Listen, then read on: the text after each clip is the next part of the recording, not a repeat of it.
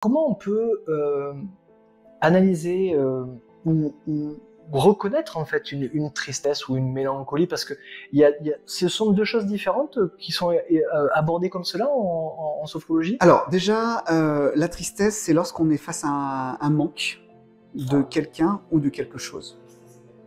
Donc face à ce manque, on a besoin de combler ce manque. Donc on peut avoir besoin d'en parler, on peut avoir besoin de s'isoler, on peut avoir besoin de pleurer, on peut avoir besoin d'écrire. Donc l'idée, c'est vraiment de se rendre compte qu'il nous manque quelqu'un ou quelque chose.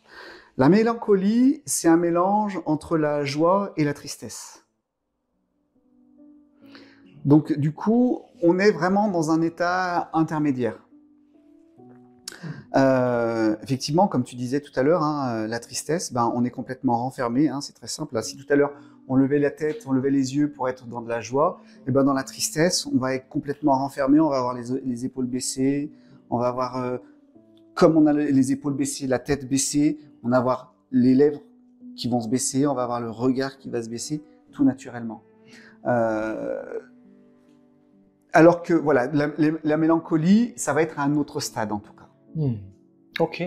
Et comment faire une astuce avec la respiration ou avec un exercice que tu pourrais donner en sophrologie, accessible et facile, enfin voilà, pour vaincre ou pour accompagner en fait cette tristesse, pour la faire. C'est ça, c'est ce que j'allais dire, parce que pourquoi toujours vouloir, pourquoi toujours vouloir améliorer une émotion? C'est-à-dire que si on est dans la tristesse, on a toutes nos raisons d'être triste. Il faut accueillir cette tristesse. Si on a perdu quelqu'un, on peut pas dire comment je peux faire pour me sentir mieux. Ben non. Déjà, si on a perdu quelqu'un, on est dans un processus de deuil, et dans un processus de deuil, il y a de nombreuses étapes avant de s'en remettre. S'il nous manque quelqu'un, s'il nous manque quelque chose, si on n'a pas eu quelque chose qui va nous transporter dans de la tristesse, c'est tout à fait légitime. Donc, on va accueillir ces sensations. C'est vraiment ce terme, accueillir. Qu'on peut avoir corporellement, mentalement. Ça, c'est vraiment la première chose. Mais c'est valable, je dirais, pour toutes les émotions. On n'en a pas parlé jusqu'à maintenant.